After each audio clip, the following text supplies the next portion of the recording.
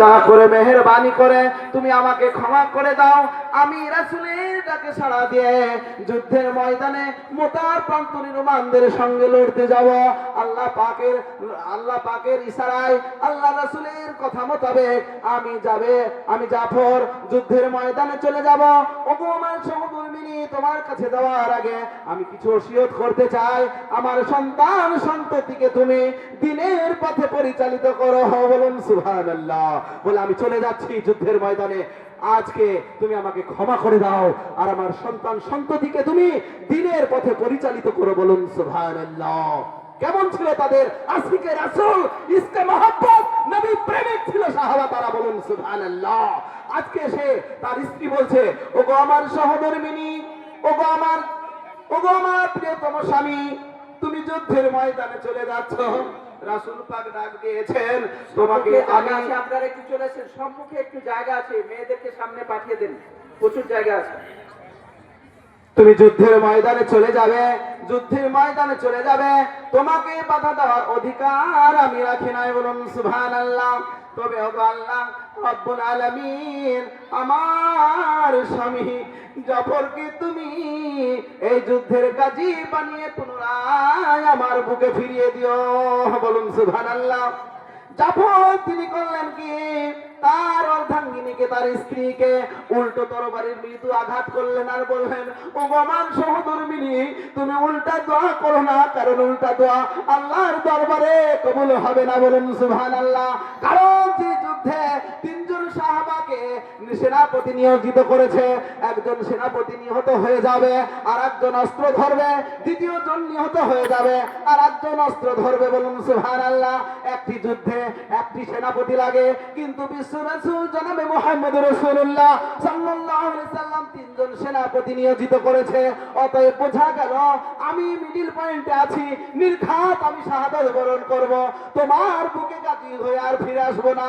অতএব উল্টা দোয়া করো না, আল্লাহ উল্টা দোয়া তোমার আল্লাহর দরবারে কবুল হবে না।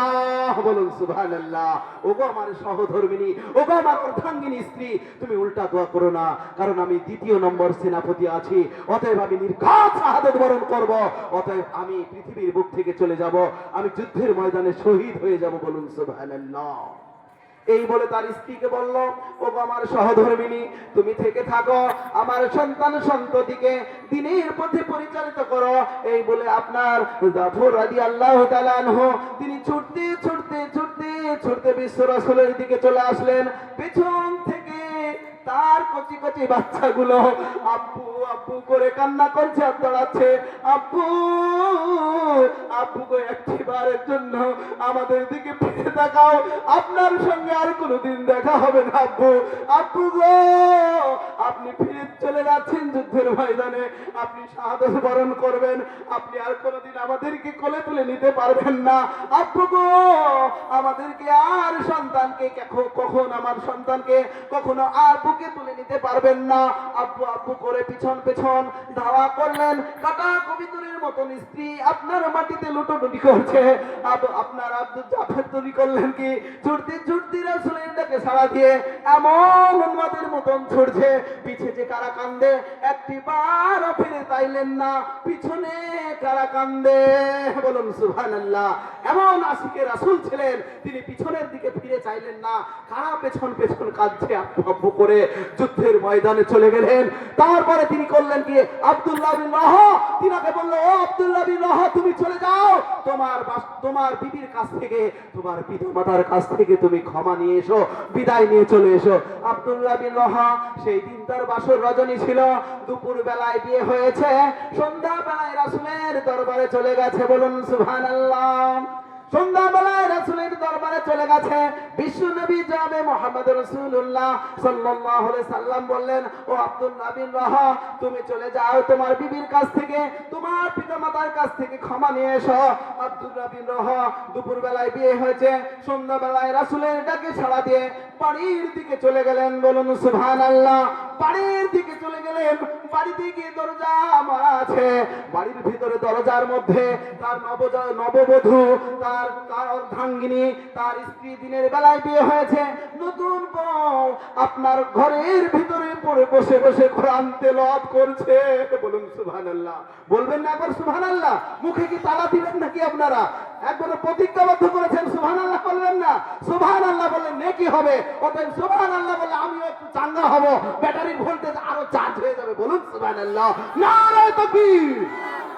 এই তো আপনারা কি ঘুমিয়ে গেছেন? রাত্র হবে মাত্র 8:30 বাজেনি। আমরা তো 12টা পর্যন্ত ফ্রি ফায়ার খেলা নিয়ে ব্যস্ত থাকি। নৌজন ভাইরা এখন ফ্রি ফায়ার খেলছে, ফ্রি ফায়ার খেলে খেলে জীবনটাকে শেষ করছে। মোবাইল এমনই একটা জিনিস, এখানে ভালো আছে মন্দ আছে, আপনি যেটা চাইবেন সেটাই পাবেন। বলুন সুবহানাল্লাহ। এই মোবাইল, ইউটিউব থেকে আপনি বক্তা হবেন, এই মোবাইল থেকে আপনি হাদিস কোরআন পাবেন, তিরমিজি, বুখারী, আবু দাউদ, মুসলিম শরীফ সমস্ত কিছু পাবেন। 3 মাসের মধ্যে কোরআন শিখে নেবেন। এই মোবাইলকে যদি আপনি রিসার্চ করুন, মোবাইলকে যদি আপনি সত্যি অন্তরের সহিত ভালোভাবে ব্যবহার করুন, আপনি ভালো জিনিস পাবেন। আর খারাপভাবে ব্যবহার করলে খারাপই পাবে। ইন্নামা আমুলা বিন্নিয়াত। বলুন সুবহানাল্লাহ। বুখারী শরীফ প্রথম হাদিস।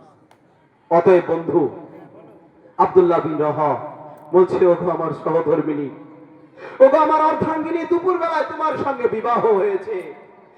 বিশ্ব রাসূল মুতার প্রান্তিক যুদ্ধের জন্য ডাক দিয়ে দিয়েছে, আমি যুদ্ধের ময়দানে চলে যাব। রাসূলের ডাকে সাড়া দিয়ে পৃথিবীর মাটিতে ইসলামের পতাকাকে পটপট করে তোলার জন্য, লা ইলাহা ইল্লাল্লাহু মুহাম্মাদুর রাসূলুল্লাহ সাল্লাল্লাহু আলাইহি সাল্লামের বিজয়ী পতাকাকে তোলার জন্য আমি রাসূলের ডাকে সাড়া দিয়ে তোমার কাছে এসেছি। প্লিজ দরজাটা একটু খুলে দাও। বলুন সুবহানাল্লাহ। আব্দুল্লাহ বিন রাওয়াহা তার স্ত্রী, তার সহধর্মিনী কোরআন তেলাওয়াত করছে ঘরের মধ্যে বসে বসে। ও মায়েরা, আমার এই বক্তব্যের মাধ্যম দিয়ে আপনারা কিছু শিক্ষা পাবেন। মায়েরা যখন বিয়ের আগে পড়াশোনা করে, স্কুল কলেজে মাদ্রাসাও পড়াশোনা করে, কোরআন মাজিদ ধরে, কোরআন মাজিদ পড়াশোনা করে, যখন দেখতে আসে বলে আমার সন্তান, আমার মেয়ে কোরআন তেলাওয়াত করতে পারে, এবার ইন্টারভিউ নেয় অনেকে, মা সূরা ফাতিহাটা বলো তো, সুন্দর করে বলে দেয়। ও মা, তোমাদেরকে ছোট করছি না, তোমরা হচ্ছেন সর্বশ্রেষ্ঠ জননী, মায়ের জাত তোমাদের পেট থেকে পৃথিবীর বুকে আমরা এসেছি। যত ওলি কুতুব গাউস এসেছে, এমনকি আমার বিশ্ব রাসূল জনাবে মুহাম্মদুর রাসূলুল্লাহ সাল্লাল্লাহু আলাইহি সাল্লাম মায়ের পেট থেকে এসেছে। বলুন সুবহানাল্লাহ। মা যদি পৃথিবীতে না থাকতো আমাদেরকে কে বা জন্ম দিত? অতএব আমাদের জননী মা আপনাদেরকে ছোট করতে চাই না, আপনাদেরকে কিছু শিক্ষা দেওয়ার জন্য কিছু আমি উপদেশমূলক কথা বলতে চাই। একজন নববধূ এসে কোরআন তিলাওয়াত করছে। মা, তোমরা স্কুল কলেজে যখন পড়ো কোরআন শিখো, শ্বশুর বাড়িতে গিয়ে কোরআনটা ভুলে যেও। যায় না? যায় না? অনেকে যায়, পর্দা বেপর্দা হয়ে যায়, পর্দা থাকে না, স্বামীর সঙ্গে গাড়িতে চড়ে চলে যায়, আর সেই স্বামীরাও আপনার পর্দাবিহীন নারীদেরকে নিয়ে ছুটতে ছুটতে চলে যায়। আপনি জবাব কাল কিয়ামতের মাঠে আপনাকে দিতে হবে। কারণ সন্তান যখন জন্ম হয়, মহিলা সন্তান, দায়িত্ব থাকে তার বাপ মায়ের প্রতি। বাপ মা যখন বিয়ে দিয়ে স্বামীর হাতে তুলে দেয়, সমস্ত দায় দায়িত্ব স্বামীর হয়ে যায়। বলুন সুবহানাল্লাহ। এবং বড় ভাই যদি বাড়িতে থাকে, তারও কিছুটা দায়িত্ব থাকে। বলুন সুবহানাল্লাহ। অতএব সেই নারীরা যখন ওই মোটর সাইকেল আপনার পিছনে চলে যায়, তখন আপনি পর্দা করেননি, তার জন্য মহিলাটা দায়ী না, আমি বলে মনে করি সেই নৌজন ভাইটা দায়ী, তাই না? আপনাদের মত কি? তাই তো নাকি? আমার স্ত্রীকে যদি বেপরদা করে আমি মোটর বাইকে নিয়ে যাই, তার জন্য আমার স্ত্রী দায়ী নয়, আমি দায়ী, আমি মাইনুল ইসলাম। কারণ আমাকে পর্দা নিয়ে চলতে হবে। আমার স্ত্রী নামাজ পড়ে না, তার জন্য তাগিদ দিতে হবে। আমার সন্তান নামাজ পড়ে না, তার জন্য তাগিদ দিতে হবে আমাকেই। অতএব কাল কিয়ামতের মাঠে পাকড়াও হয়ে যাব। আমি শুধু মসজিদের 5 ওয়াক্ত নামাজ পড়বো হবে না, আমার ফ্যামিলিকে নামাজ পড়ানোর চেষ্টা করতে হবে। যদি না শুনে সেটা ব্যতিক্রম, সেটা আলাদা বিষয়। আব্দুল্লাহ বিন রাওয়াহা বলছে, ওগো আমার সহধর্মিনী, তোমার সঙ্গে দুপুর বেলায় বিয়ে হয়েছে, আমি সন্ধ্যা বেলায় তোমার কাছে এসেছি, দয়া করে দরজাটা খুলে দাও, একটু প্লিজ কোরআন পড়া বন্ধ করো। বলুন সুবহানাল্লাহ।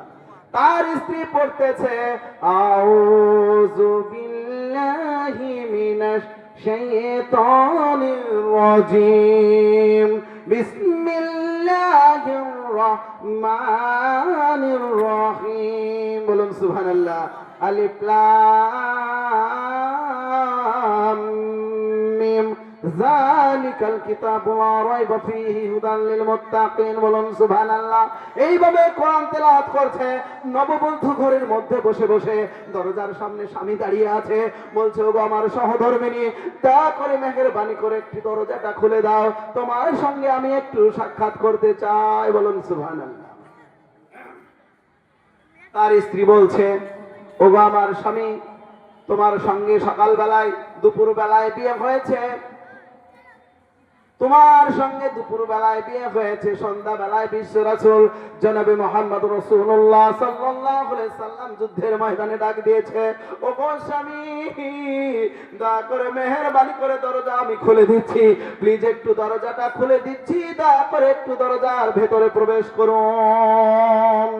আব্দুল্লাহ বিল্লাহ সেই দিন বলেছিল ওগো আমার সহধর্মিনী, ওগো আমার অর্ধাঙ্গিনী, তোমাকে আমি বলতে চাই দুপুর বেলায় তোমার সঙ্গে বিয়ে হয়েছে, সন্ধ্যা বেলায় তোমার কাছে এসেছি, দয়া করে মেহেরবানি করে তুমি আমাকে ঘরের মধ্যে প্রবেশ করতে বলো না, কারণ ঘরের মধ্যে যখন প্রবেশ করব তোমার সঙ্গে আমার চার চোখের দেখা হয়ে যাবে, তোমার চোখের সঙ্গে আমার চোখের যখন দেখা হয়ে যাবে, তোমার সঙ্গে আমার যখন প্রেমালিঙ্গন জেগে যাবে, তোমার সঙ্গে আমার যখন মহব্বত জেগে যাবে, রাসূলের ডাকে হয়তো সাড়া দিতে পারবো না, অতএব দয়া করে মেহেরবানি করে তুমি কোরআন পড়া বন্ধ করে একটু আমার কাছে গিয়ে এসো, আমাকে ঘরের ভেতরে ডেকো না।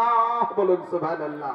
তার সহধর্মিনী বলতেছে ওগো আমার প্রাণের স্বামী, আমি বিয়ের আগে শুনেছি তুমি একজন সুপুরুষ ছিলেন, আপনাকে আমি দেখি নাই ভালো করে নয়ন ভরে, অতএব রাত্রি বেলায় আপনাকে বাসর রজনীতে ভালো করে দেখব, সেইটা আমার নসিবে জুটলো না, দয়া করে মেহেরবানি করে আমি বলতে চাই ওগো আমার স্বামী, দয়া করে একটু ঘরের মধ্যে প্রবেশ করুন। বলে তুমি আমাকে দেখো না, তোমার সঙ্গে আমার প্রেম আলিঙ্গন হয়ে যাবে, তোমার প্রতি আমার মহব্বত বেড়ে যাবে, আমাকে দয়া করে ঘরের মধ্যে দেখো না। তার স্ত্রী বলছে ওগো আমার স্বামী, যে রাসূল আপনাকে যুদ্ধের ময়দানে ডাক দিয়েছে, যে আল্লাহ পাকের ডাকে সাড়া দিয়ে, যে রাসূলের ডাকে সাড়া দিয়ে আপনি মোতার প্রান্তে যুদ্ধের জন্য চলে যাচ্ছেন, সেই রাসূলের আল্লাহ পাকের কসম করে বলতে চাই আমি আপনার স্ত্রী হিসাবে আপনাকে ঘরের মধ্যে প্রবেশ করতে বলছি, আপনার সঙ্গে আল্লাহর কসম করে বলতে চাই আমি প্রেমালিঙ্গন করব না, শুধুমাত্র আপনার চেহারা মোবারকটা একটি বারের জন্য দেখে নিতে চাই, কালকে আমাদের মাঠে লক্ষ লক্ষ সাহাবাদের মধ্যে, লক্ষ লক্ষ শহীদের মধ্যে আপনাকে যেন আমি স্বামী রূপে চিনে নিতে পারি। বলুন সুবহানাল্লাহ। নারায়ে তাকবীর। আর এক মা আমার 500 টাকা দিয়েছে, সকলে বলুন নারায়ে তাকবীর। আজকে মায়েদের মধ্যে থেকে দান আসছে বাবজি, আপনারা আসুন আগে একটু একটু হাত বাড়িয়ে দেন, সহযোগিতার হাত বাড়িয়ে দেন। একটা কথা আছে 10-এর লাঠি 1-এর বোঝা। ইসলাম দরদি মুসলমান বাবা জীবনেরা, যত খানকা শরীফ মসজিদ যত কিছু চলছে সবই আপনাদের টাকায় বাবজি, অতএব আপনারা যদি টাকা না দেন এই সংস্থাগুলো কেমনে চলবে? অতএব সরকার আমাদেরকে অনু দেয় না, আর আমরা অনুদান নেওয়াটা মনেও করি না, কারণ ইসলাম হচ্ছে বাদশাহী জাত। ইসলাম কারো কাছে হাত পাততে জানে না, ইসলাম একা 100। অতএব ইসলামের জন্য, দিনের খাতিরের জন্য, দিনকে টিকিয়ে রাখার জন্য আপনারা একে একে দান করুন, যে যা পারবেন, চাপ নাই, 200, 500, 2000, 1000 যে যা পারবেন দিবেন বাবজি। আর মাঝে মাঝে ফাঁকে ফাঁকে ওয়াজ শুনবেন, ইনশাআল্লাহ আমি আপনাদের আস্তে আস্তে এগিয়ে যাব। তো সেই দিন আব্দুল্লাহ বিন রাওয়াহাকে বলেছিল ওগো আমার ওগো আমার স্বামী, দয়া করে মেহেরবানি করে আল্লাহর কসম করে বলতে চাই আপনার সঙ্গে আমি প্রেম আলিঙ্গন করব না, দয়া করে মেহেরবানি করে একটি বারের জন্য ঘরের মধ্যে প্রবেশ করুন, আপনার চেহারা মোবারকটা আমি একটি বারের জন্য ভালো করে দেখে নিতে চাই, কালকে আমাদের মাঠে লক্ষ লক্ষ সাহাবাদের শহীদের মধ্যে আপনাকে যেন আমি স্বামী রূপে চিনে নিতে পারি। বলুন সুবহানাল্লাহ। এই বলে আপনার চলে গেলেন। আর এক মা 550 টাকা দান করেছে। নারায়ে তাকবীর, নারায়ে রিসালাত, মাসলাকে আলা হযরত। আজকে দেখুন মায়েরাই দিচ্ছে, আপনারা এগিয়ে আসুন। অতএব এই বলে আপনার তার স্ত্রীকে বলছে ওগো আমার সহধর্মিনী, তুমি তোমার ইজ্জতের হেফাজত করে, তুমি তোমার সতীত্ব বজায় করে রেখো, দিনের পথে পরিচালিত করো, তোমার জীবনটাকে অতিবাহিত করো। আল্লাহ পাক যেন তোমাকে আমাকে কালকে আমাদের মাঠে স্বামী স্ত্রী রূপে পরিচয় করিয়ে দেন। বলুন সুবহানাল্লাহ। ওগো আমার স্ত্রী, তুমি থেকে যাও, তোমার সতীত্ব বজায় রেখে থেকে যাও, কালকে আমাদের মাঠে যেন তোমাকে আমাকে স্বামী স্ত্রী রূপে পরিচয় করে দেয়।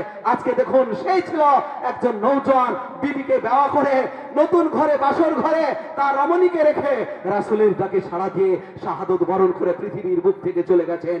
তোমরা সেই নৌজওয়ান। আমি নৌজওয়ানের উদ্দেশ্যে বলতে চাই, তোমরা সেই কোন নৌজওয়ান? তোমরা কোন শিক্ষায় শিক্ষিত হয়েছ যে জালসা শোনার নাম করে আজকে রাস্তায় মেলার কাছে ঠেলা খেয়ে বেড়াচ্ছ, আর এখানে ধর্মসভা হচ্ছে, আলেম ওলামা বক্তৃতা দিচ্ছে হাদিস ও কোরআনের আলোকে তোমাদের জীবন উন্নয়নের জন্য, তোমাদের জীবনের বিকাশ ঘটানোর জন্য কিছু টিপস দিচ্ছে। দুলু বিবি মা আমার 200 টাকা দান করেছে। নারায়ে তাকবীর। সবারই জন্য দোয়া হবে ইনশাআল্লাহ। অতএব তোমরা সেই নৌজান হানজালা রাদিয়াল্লাহু তাআলা আনহু, তিনি যুদ্ধের ময়দানে চলে গিয়েছিলেন।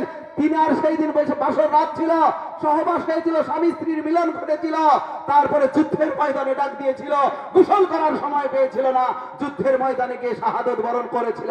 ফেরেশতা মণ্ডলীরা তার লাশকে আপনার আসমানে নিয়ে গিয়ে গোসল দেওয়াচ্ছিল।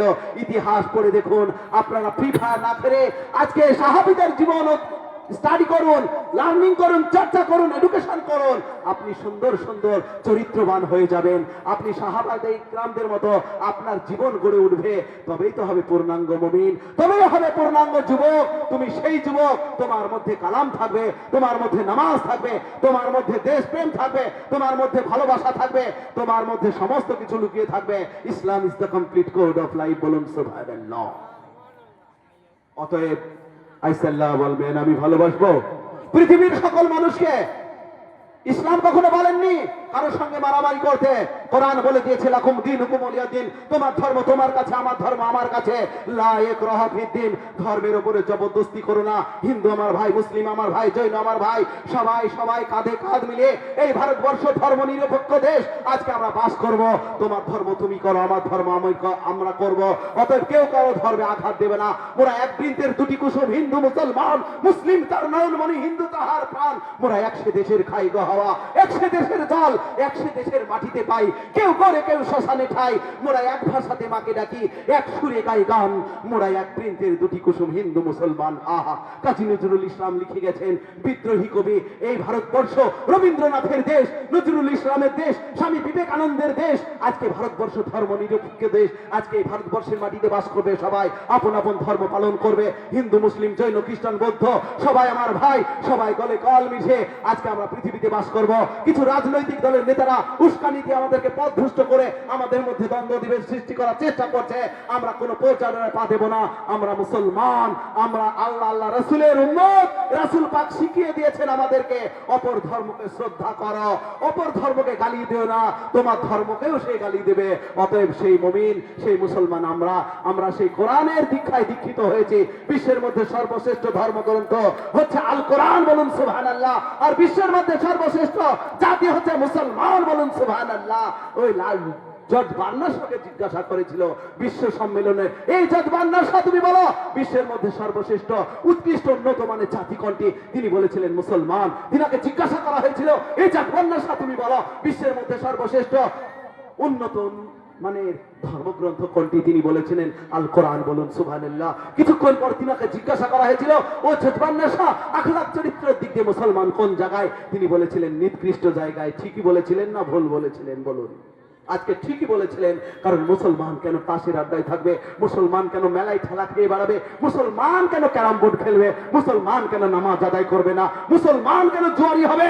মুসলমান কেন লটারি কাটবে? মুসলমান কেন সালাত বিহীন চলবে? মুসলমান কেন দাঁড়িয়ে দাঁড়িয়ে পেশাব করবে? যদি প্রকৃত মুমিন মুত্তাকিন সালিহিন হয়ে থাকো, তোমরা নামাজের দিকে ধাবিত হয়ে যাও।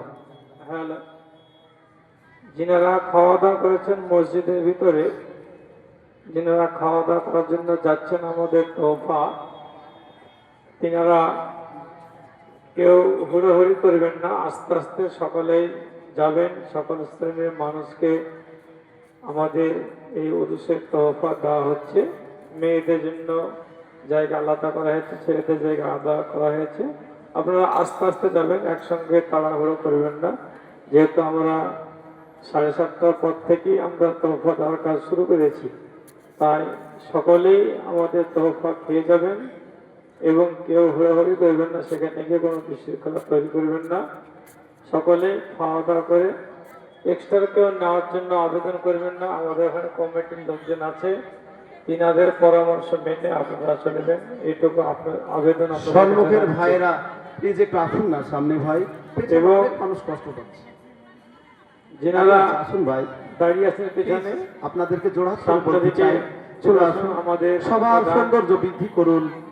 আসুন, আমাদের যোগ্যতম ওলামা এই দিন চলে আসছেন, আমার পরে পরে আমিও বেরিয়ে যাব ইনশাল্লাহ। তো আমি বলতে চাইছিলাম এটাই, আমাদের প্রধান অতিথি যিনি পীরে তরিকাত হযরত কারি মাওলানা সিরাজুল ইসলাম সাহেব, তিনি কিছুক্ষণের মধ্যেই মঞ্চে আসবেন। শেষ ফাতিহা, শেষ মোনাজাত, শেষ দোয়া ইনশাল্লাহ হবে।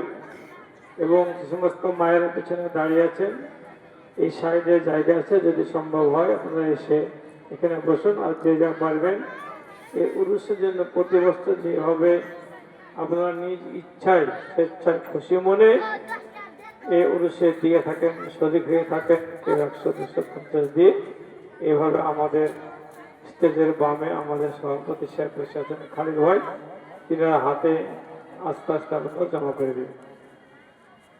তো যাই হোক বলছিলাম, মুফতি সাহেব বললেন সেই দিকে লক্ষ্য রাখবেন, আপনারা দানের হাত আস্তে আস্তে বাড়িয়ে দেবেন। আমি কারো নাম ধরে ডাকবো না, 500, 1000, 1000 যে যা পারবেন দেবেন, সঙ্গে সঙ্গে ওয়াজ নতিও শুনবেন, বলুন সুবহানাল্লাহ। অতএব আমি সেই বন্ধুদেরকে বলতে চাই, তোমরা এডুকেশন শিক্ষা অর্জন করো, সুশিক্ষা অর্জন করো। ফজরের নামাজ পড়ে মনে মনে ভাবেন যে আমি ফজরের নামাজ পড়েছি, আল্লাহ যদি বাঁচিয়ে রাখি জোহর পড়বো, জোহর পর্যন্ত আল্লাহ পাক আপনাকে বাঁচিয়ে রাখলো। মনে মনে চিন্তা করুন যে আল্লাহ আমি আসরের নামাজ পড়বো, আসরের নামাজ আল্লাহ পাক আপনাকে বাঁচিয়ে রাখলো, আসরের নামাজ পড়ে নিন। আসরের নামাজ পড়ে বলেন যে আল্লাহ আমি মাগরিবের নামাজ পড়বো, মাগরিবের নামাজ হয়ে গেল, আপনি মনে মনে নিয়াত করেন আল্লাহ আমি এশার নামাজ পড়বো, দিয়ে শুয়ে পড়বো। এশার নামাজ পড়ে আল্লাহর কাছে বললেন আল্লাহ আমিও ঘুমিয়ে পড়লাম, সকালে ফজরের আজান শুনে আমি মসজিদে গিয়ে নামাজ পড়বো। ঘুম ভাঙলেই সকাল, না ভাঙলেই বাবজি পরকাল, তাই না? ঘুম ভাঙবে এর গ্যারেন্টি কেউ আছে? অতএব নাই। অতএব ঘুম ভাঙবে তার গ্যারেন্টি নাই। ডান দিকে সালাম ফিরিয়েছেন, বাম দিকে ফিরাবেন, এর কোনো অবকাশ নাই। আপনার যে কোনো মুহূর্তে প্রাণ পাখি চলে যাবে। অতএব বক্তব্য দীর্ঘায়িত করব না, টাইম শেষের দিকে চলে এসেছি, আমি ঘটনাটা তুলে ধরেছি, সমাপ্ত ঘটাবো, তারপরে ইনশাল্লাহ বিদায় নেব। সেই ফাঁকে ফাঁকে 200, 500, 1000 যে যা পারবেন বাবজি এসে এসে দিয়ে যান। আপনারা চলে আসুন, দিনই মজলিস আপনারা দান করবেন, আল্লাহ পাক আপনাকে ৭০ গুণ নেকি দিবে, বলুন সুবহানাল্লাহ। অতএব দান করুন, আস্তে আস্তে চলে আসুন। এই যে আমার ভাইজান চলে আসছেন, আমার একসঙ্গে আমাদের উঠা বসা ভাইজান, খুব আমার পরিচিত, চলে এসেছেন, দান করছেন, আলহামদুলিল্লাহ। চলে আসুন। তো তাই বলতে চাইছিলাম যে আব্দুল্লাহ বিন লহ তার স্ত্রীকে আপনার বলে চলে আসলেন, বিশ্ব রাসূলের ডাকে সাড়া দিয়ে যুদ্ধের ময়দানে যুদ্ধের দামামা বেঁচে গেল। আপনার যায়েদ বিন রাদিয়াল্লাহু তাআলা আনহু উন্মুক্ত তরবারি নিয়ে ছুটতে ছুটতে চলে গেলেন, রোমানদেরকে কিছু কাফেরদেরকে কতল করে তিনিও শাহাদত বরণ করলেন। সকলে পড়ুন ইন্না লিল্লাহি ওয়া ইন্না ইলাইহি রাজিউন, বলুন সুবহানাল্লাহ। তারপর তিনি করলেন কি, জাফর রাদিয়াল্লাহু তাআলা আনহু আপনার তরবারি, উন্মুক্ত তরবারি নিয়ে ছুটতে লাগলেন। আপনার ছুটতে ছুটতে সম্মুখের দিকে এগিয়ে যাচ্ছেন, চতুর্দিক থেকে রোমান সৈন্যবাহিনী ঘিরে ফেলল। ঘিরে ফেরার পর জাফরের ডান হাতে কোপ দিল। জাফরের ডান হাতে যখন কোপ দিল, ডান হাত খান আপনার মাটিতে পড়ে গেল, বাম হাতে অস্ত্র ধরল, তরবারি ধরল, বাম হাতে কোপ দিল, বাম হাত খান মাটিতে লুটিয়ে পড়ে গেল। তারপর ডান পায়ে কোপ দিল, কাফেররা ডান পা খান পড়ে গেল, বাম পায়ে কোপ দিয়ে বাম পা খান মাটিতে লুটিয়ে পড়ে গেল। লাস্ট পর্যন্ত জাফরের গর্দান সোজা তরবারি চালিয়ে দিল। তরবারি যখন চালিয়ে দিল, সঙ্গে সঙ্গে আপনার ধড় থেকে আপনার মুন্ড আলাদা হয়ে গেল। যখন আলাদা হয়ে গেল, আপনার ধড় থেকে যখন মুন্ড আলাদা হয়ে গেল, কিন্তু দাঁত দিয়ে আপনার কালেমার পতাকাকে উঁচু করে রেখে দিয়েছে, বলুন সুবহানাল্লাহ।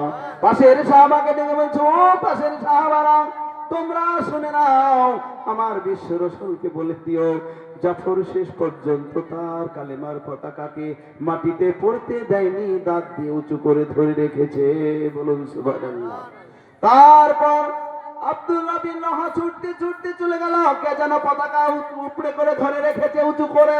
গিয়ে দেখছে জাফরের ডান হাত কাটা, বাম হাত কাটা, মুন্ডটা আলাদা হয়ে পড়ে আছে।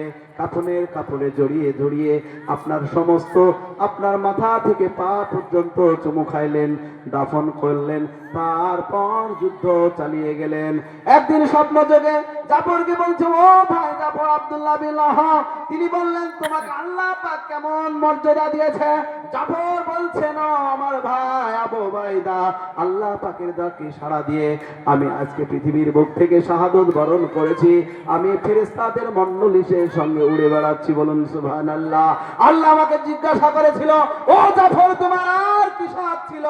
আমি আল্লাহকে বলেছিলাম, ও আল্লাহ তুমি আমাকে পুনরায় পৃথিবীতে আবার পুনরুজ্জীবন ফিরিয়ে দাও। আমি হাজার হাজার লক্ষ লক্ষ কাফেরকে যেন শাহাদত বরণ করে তোমার রাস্তায় জান দিয়ে আসতে পারি। বলুন সুবহানাল্লাহ। আহা, এই ছিল সাহাবাদের জীবনী, এই ছিল রাসূল পাক সাল্লাল্লাহু আলাইহি সাল্লামের আশিকে রাসূলদের জীবনী। তারা শাহাদত বরণ করেছে, পৃথিবীর বুক থেকে চলে গেছেন। বলুন সুবহানাল্লাহ।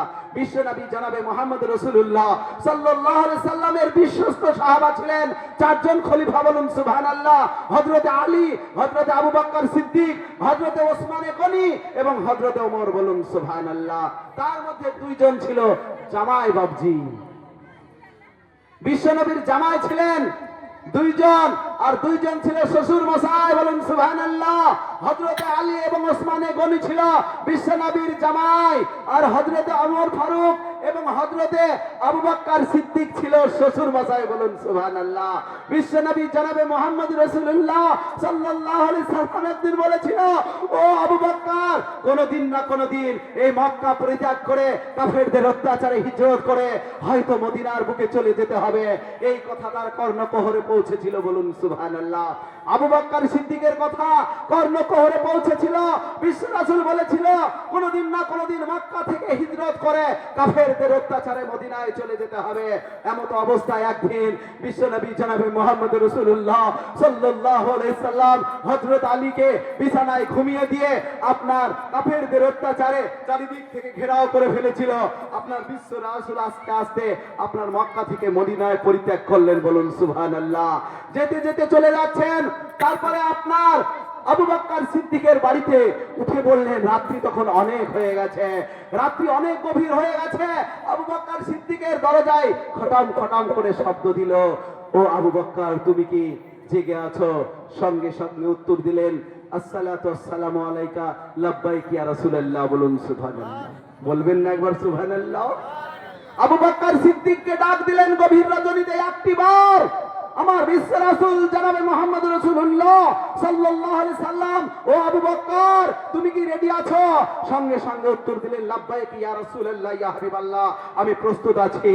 সেদিন বিশ্ব রাসূলকে বলেছিল, সেদিন বিশ্ব রাসূল আবু বকর সিদ্দিককে বলেছিল, ও আবু বকর আজকে গভীর রজনীতে আমি তোমাকে একটা দরজায় টাচ করলাম, সঙ্গে সঙ্গে তুমি কেমনে উত্তর দিলা? বলো সুবহানাল্লাহ। সেই দিন আবু বকর সিদ্দিক বলেছিল, ইয়া রাসূলুল্লাহ ইয়া হাবিবাল্লাহ, আপনি কোনদিন না কোনদিন একদিন বলেছিলেন মক্কা ছেড়ে মদিনায় চলে যেতে হবে, হিজরত করে কাফেরদের অত্যাচারে মক্কা পরিত্যাগ করে মদিনায় চলে যেতে হবে। ইয়া রাসূলুল্লাহ ইয়া হাবিবাল্লাহ গো, সেই দিন থেকে আমি আবু বকর আপনার সেই কথাকে কর্ণকুহরে পৌঁছে দিয়েছিলেন আপনি, আমি সেই কথাকে কানের মধ্যে রেখে দিয়েছিলাম। আমি সেই দিন থেকে আমার দরজার সামনে আমার দরজার সামনে দরজা মেরে দিয়ে পেছন দিকে আমি দণ্ডায়মান হয়ে থাকি। বলুন সুবহানাল্লাহ।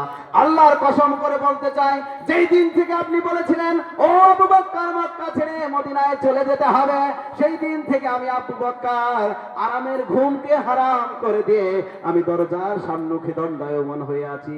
ইয়া রাসূলুল্লাহ, ইয়া হাবিবাল্লাহ, আপনি কখন না জানি চলে আসবেন, কখন কোন গভীর রজনীতে আমার দরজায় আপনি সাড়া দেবেন, আর আপনার সাড়ায় আমি সাড়া দিতে পারবো না, আমি গুনাহগার হয়ে যাব, আপনার উপকার করতে পারবো না।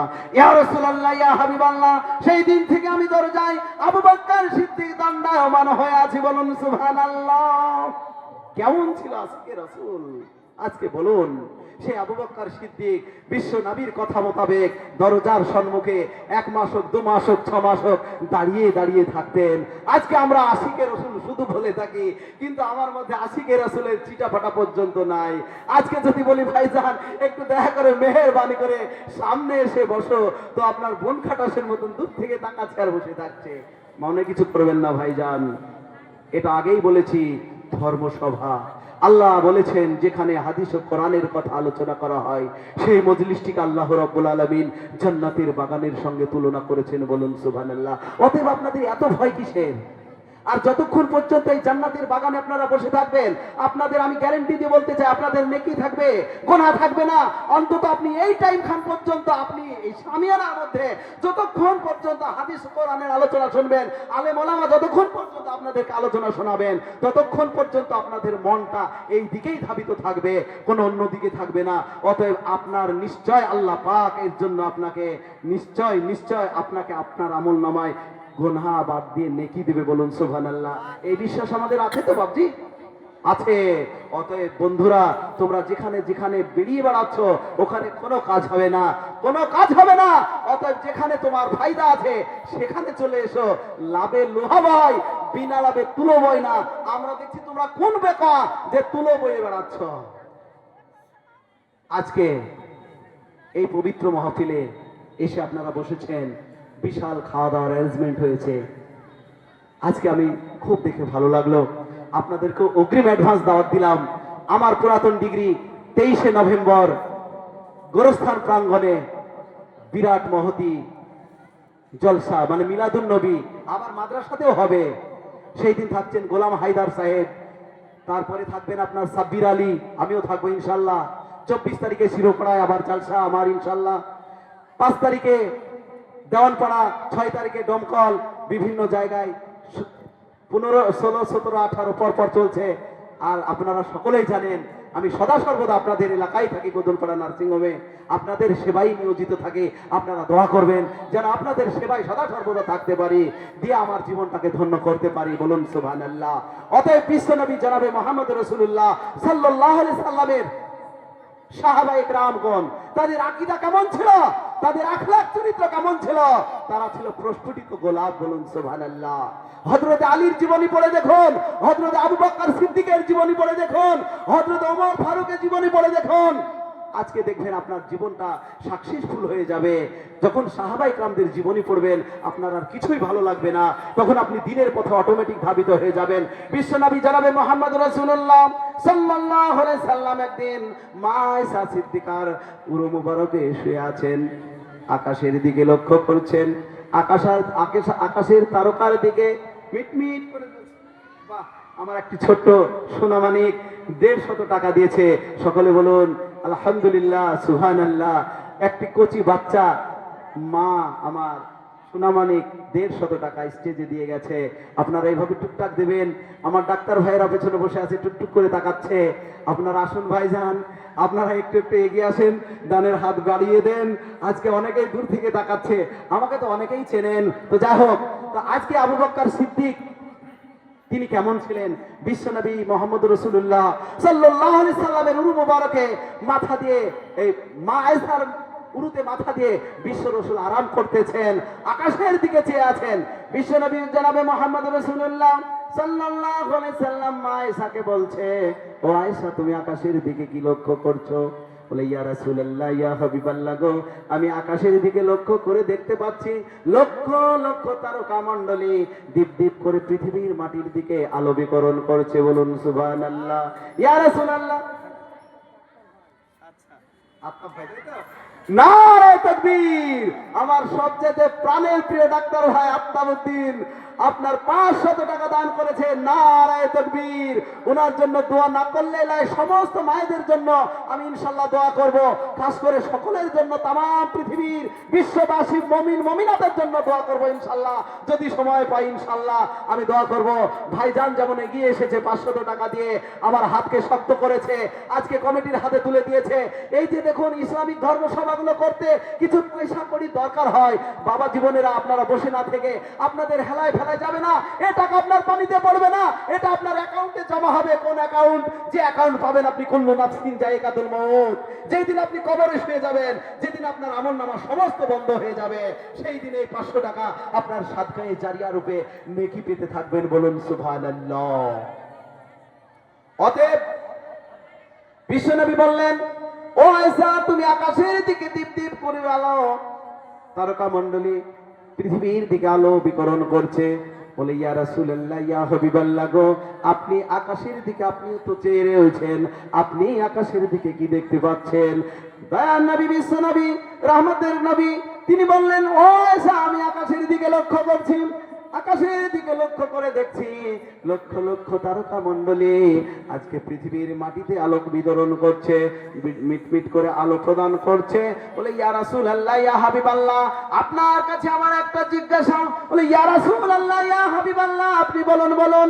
ওই লক্ষ লক্ষ তারকা মণ্ডলী পৃথিবীর মাটিতে যারা আলো বিতরণ করছে, তাদের মতো নেকি কি পৃথিবীর কোনো মানুষের থেকে থাকতে পারে? বলুন সুবহানাল্লাহ।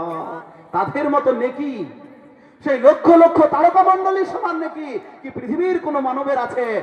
বিশ্বনবী জনাবে মুহাম্মদ রাসূলুল্লাহ সাল্লাল্লাহু আলাইহি সাল্লাম সেই দিন বলেছিলেন, মা আয়েশাকে বলেছিলেন, ও আয়েশা, তুমি শোনো শোনো, লক্ষ লক্ষ তারকা মণ্ডলী আকাশ থেকে পৃথিবীর মাটিতে আলো বিকরণ করছে, সেই লক্ষ লক্ষ তারকা মণ্ডলীর সমান নাকি আমার হযরত ওমরের আছে? বলুন সুবহানাল্লাহ।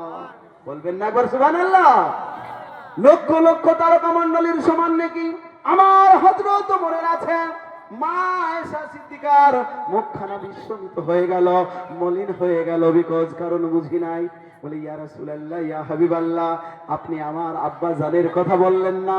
বিশ্ব রাসূল বুঝতে পারলেন যে আমার শ্বশুর মশাই আবু বকর সিদ্দিকের কথা বলি নাই, তাই হযরত ওমরের কথা বলেছি। তাই আয়েশার মুখখানা নিরাশ হয়ে গেল। বলুন সুবহানাল্লাহ। বলে, ইয়া রাসূলুল্লাহ, ইয়া হাবিবাল্লাহ, আপনি তো হযরত ওমরের কথা বললেন, লক্ষ লক্ষ তারকা মণ্ডলীর সমান নাকি আমার হযরতের ওমরের আছে, আমার আব্বা জান আবু বকর সিদ্দিকের কি নেকি নাই? সেই দিন মা আয়েশাকে বলেছিল আমার বিশ্ব রাসূল, ও মা, ও আয়েশা, তুমি শোনো শোনো, তাম পৃথিবীর মানবের নেকিকে যদি দাড়ির এক পাল্লায় তুলে দেওয়া হয়, আর তোমার আব্বা জান আবু বকর সিদ্দিক অর্থাৎ আমার শ্বশুর মশাই, আমার বিশ্বস্ত সাহাবা, আমার প্রথম খলিফা হবে যিনি, সেই সাহাবা আবু বকর সিদ্দিকের একটি রাত্রের নেকিকে যদি এক পাল্লায় তুলে দেওয়া হয়, তাম পৃথিবীর নেকির চাইতে আমার আবু বকরের এক রাত্রের নেকি ভারী হয়ে যাবে। বলুন সুবহানাল্লাহ। নারে তাকবীর। আমার এক ছোট্ট ভাই 200 টাকা দিয়েছে, আমার সোনামানিক ভাই 200 টাকা দিয়েছে। আল্লাহ জানি না কোন নিয়াতে কোন আশাতে এসে দিয়েছে। আল্লাহ তার পিতা মাতা আত্মীয় স্বজন দাদা দাদি যদি কবরে থাকে, আল্লাহ তুমি তার এই 200 টাকার বদলাতে তার জান্নাতের বাগিচা বানিয়ে দিও কবরখানাকে। বলুন সুবহানাল্লাহ। অন্ধকার কবরকে আলোকিত করে দিও রব্বুল আলামিন।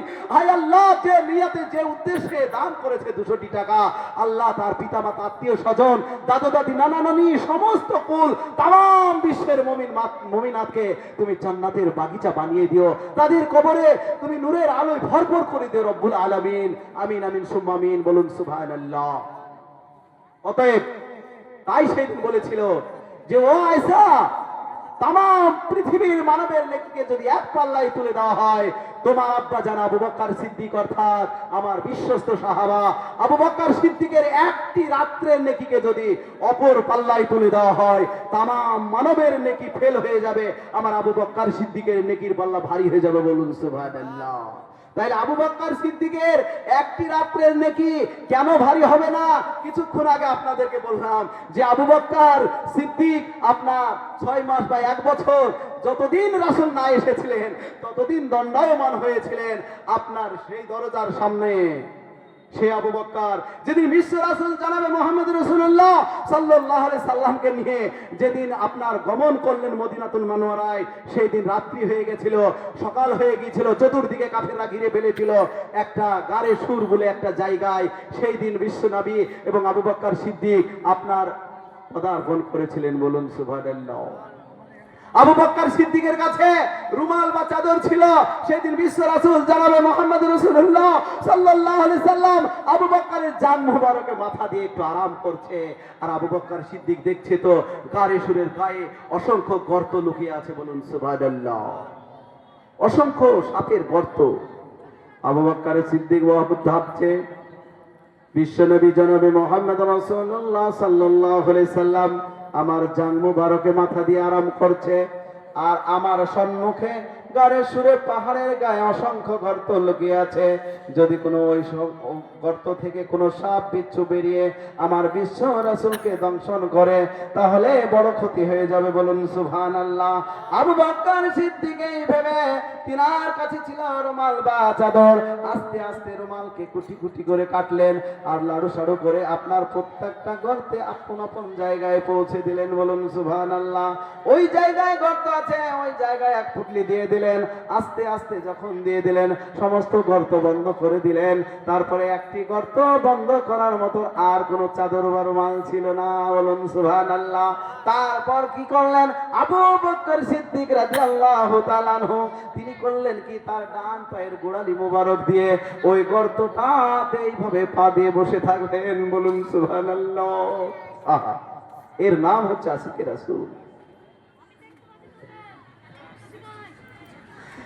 তো আবু বকর সিদ্দিক তিনি করলেন কি, গোড়ালি মুবারক দিয়ে আপনার গর্ত বন্ধ করে বসে আছেন, আর গর্তের মধ্যে সাপ ছিল বাবজি।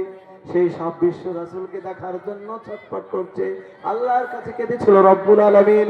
কোনদিন না কোনদিন বিশ্ব নবী জনাবে মুহাম্মদ রাসূলুল্লাহ সাল্লাল্লাহু আলাইহি সাল্লাম এই গারে সুরে পৌঁছাবে, আর আমাকে ততদিন পর্যন্ত আয়ু দিও যতদিন পর্যন্ত আমার বিশ্ব রাসূলের চাঁদ মুখখানা না দেখতে পাবো, ততদিন পর্যন্ত আল্লাহ তুমি আমার মৃত্যু দিও না। সাপের দোয়া কবুল হয়ে গিয়েছিল। সেই সাপ গর্তে যখন ছিল, বিশ্ব রাসূল জনাবে মুহাম্মদ রাসূলুল্লাহ সাল্লাল্লাহু আলাইহি সাল্লাম যখন সেই গর্তে আপনার গর্তে পা দিয়ে বসে আছে, আবু বকর সিদ্দিক তিনি বাড়ানোর জন্য ছটফট ছটফট করছে বাবজি। যেই জায়গায় যাই প্রত্যেকটা জায়গা তার গর্তের মুখ বন্ধ করা আছে। আর একটা জায়গায় চলে যাই, আবার ঠুলি মারে দেখা যায় সেই গর্তটাও বন্ধ করা আছে। আর এক জায়গায় চলে গেল সাপ, সেই জায়গাটাও বন্ধ করা আছে। এইভাবে খুব চেষ্টা করলেন সাপ বাড়ানোর জন্য, বিশ্ব রাসূলের চাঁদ মুখখানা দেখার জন্য যখন চেষ্টা করলেন, তার চেষ্টা ব্যর্থ হয়ে গেল। এমত অবস্থায় দেখছে আর একটা গর্তের মুখে আপনার বিশ্বস্ত সাহাবা আবু বকর আর গোড়ালি মোবারক দিয়ে রাস্তা বন্ধ করে বসে আছে। বলুন সুবহানাল্লাহ।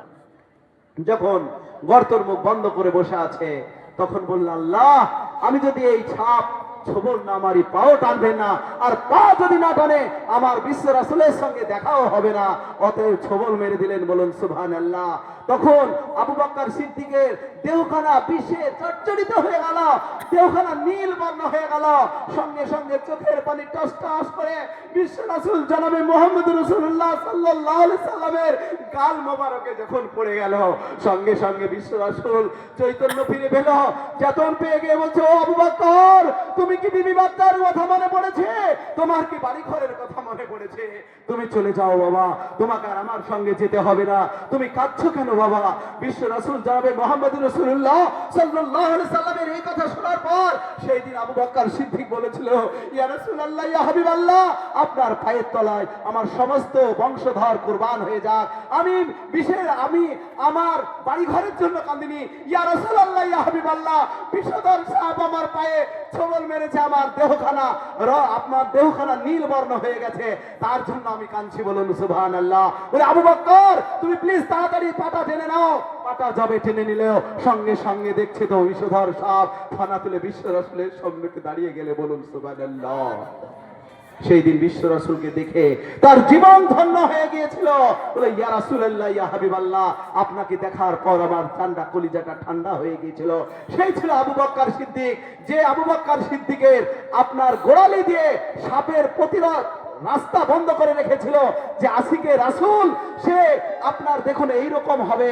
আজকে আমরা সাহাবাদের জীবনী পড়বো, আমরা জীবনকে ধন্য হয়ে যাব। নারে তাকবীর, নারে রিসালাত, মাসলাকে আলা হযরত জনাব মাওলানা মোহাম্মদ আলহাজ সিরাজুল ইসলাম দান সাহেব জিন্দাবাদ। নারে তাকবীর, নারে রিসালাত, নারে তাকবীর, নারে রিসালাত। হ্যালো,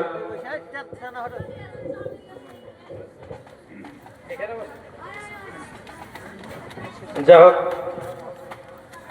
আপনার পিছন থেকে সামনের দিকে চলে আসুন।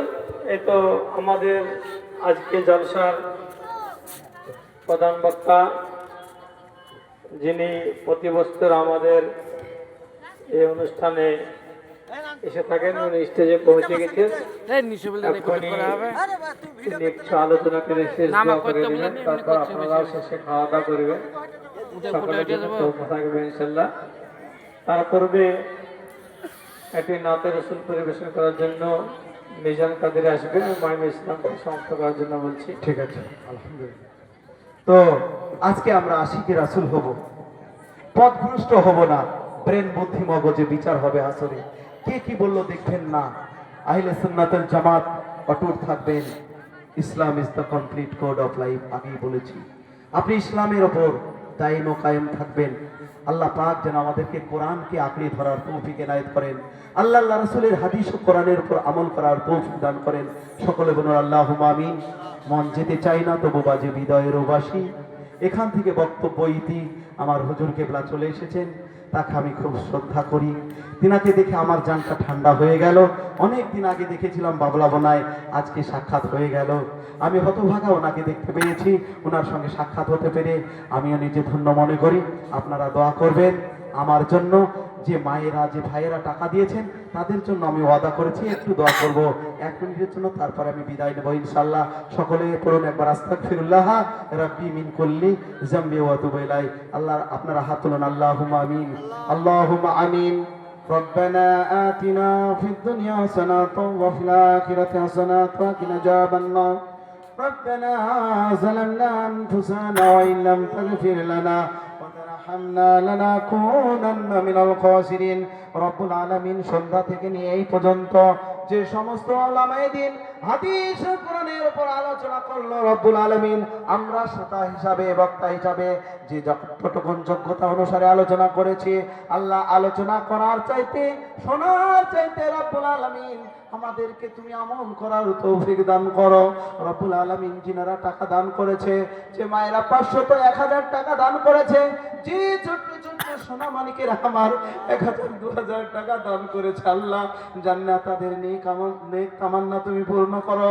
হায় রব্বুল আলামিন तमाम বিশ্বের মুমিন মুমিনাত যারা মাটির নিচে ঘুমিয়ে আছে, আদম আলাইহিস সালাম হইতে আজ অবধি যে সমস্ত মুমিন মুমিনাত মাটির নিচে ঘুমিয়ে আছে, রব্বুল আলামিন তাদের কবরকে তুমি জান্নাতের বাগিচা বানিয়ে দাও। রব্বুল আলামিন আমি একজন পুত্রহারা শোকাহত পিতা, রব্বুল আলামিন আমার একটা প্রতিবন্ধী সন্তান দিয়েছিলে তুমি, হুইল চেয়ারে বসে বসে নামাজ আদায় করতো। আল্লাহ তোমার ডাকে সাড়া দিয়ে সে নীরবনগরের বাসিন্দা হয়ে গেছে। আজ 4 মাস হয়ে গেল আমার সন্তান 23 বছর 6 মাস বয়সে পৃথিবীর বুক থেকে চলে গেছে। আল্লাহ জানি না আমার সন্তান কেমন আছে, আল্লাহ তুমি নিশ্চয় ভালো রেখো আমার সন্তানকে। আয় আল্লাহ আমার পিতা মাতা আত্মীয় স্বজন কেউ নাই, দুনিয়ার বুক থেকে চলে গেছে। আমি প্রত্যেকটা আত্মীয় স্বজন পিতা মাতা তামাম বিশ্ব মুসলমানের জন্য প্রতিদিন ফজরের নামাজ পড়ে দোয়া করি, আল্লাহ প্রত্যেকটা মুমিন মুমিনাতকে তুমি জান্নাতের বাগিচা বানিয়ে দিও, কবরগুলোকে নূরের আলোয় ভরপুর করে দিও রব্বুল আলামিন। আমরা মৃত্যুর আগ পর্যন্ত যেন তোমার পবিত্র কালেমা তাইয়্যিবা লা ইলাহা ইল্লাল্লাহ মুহাম্মাদুর রাসূলুল্লাহ পড়তে পড়তে যেন দুনিয়ার বুক থেকে শেষ নিঃশ্বাস ত্যাগ করতে পারি, সেই তৌফিক দান করো। রব্বির হামহুমা কামা রব্বায়ানি সগীরা, রব্বির হামহুমা কামা ربياني صغيرا لا إله إلا أنت سبحانك إني كنت من الظالمين سبحان ربك رب العزة عما يصفون السلام على المرسلين والحمد لله رب العالمين آمين آمين ثم آمين برك لا إله إلا الله محمد رسول الله صلى الله عليه وسلم السلام عليكم ورحمة الله وبركاته। যাই হোক, আমাদের সর্বশেষ মোনাজাত এবং শেষ দোয়া করার জন্য প্রতি বছর যিনি এখানে এসে থাকেন, বগুড়া পীর সাহেবের অন্যতম খলিফা হযরত আল্লাহ মৌলানা কারি আলহাজ সিরাজুল ইসলাম সাহেব, তিনি স্টেজে পৌঁছে গেছেন। উনি কিছুক্ষণ আলোচনা করে শেষ দোয়া করবেন। এর মধ্যে একটি মসলা আপনাদেরকে বলে দিই, যেটা অধিকাংশ মানুষের ভুল হয়ে থাকে। অধিকাংশ মানুষ যে মশলাটা ভুল করে সেটা হচ্ছে, একটি হচ্ছে মোনাজাত, সম্মিলিত মোনাজাত হয়, আর একটা মোনাজাত হয় একা একই মোনাজাত।